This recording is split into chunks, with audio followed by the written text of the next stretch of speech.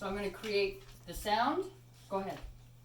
I'm going to change the way he feels about scary things, scary noises. So that when he hears the noise, I'm going to create a pleasant association.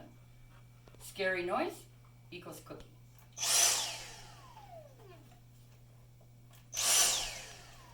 I'm starting at the second step because the first step is show, cookie.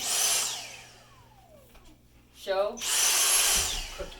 Okay, that was a little bit too much for him. He was a little bit scared, so it's show without the sound, give the cookie. Show without the sound, give the cookie. Your next step would be sound, cookie, touch, touch.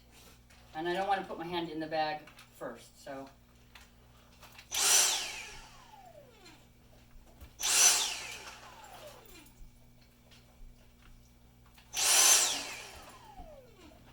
Kind of like that.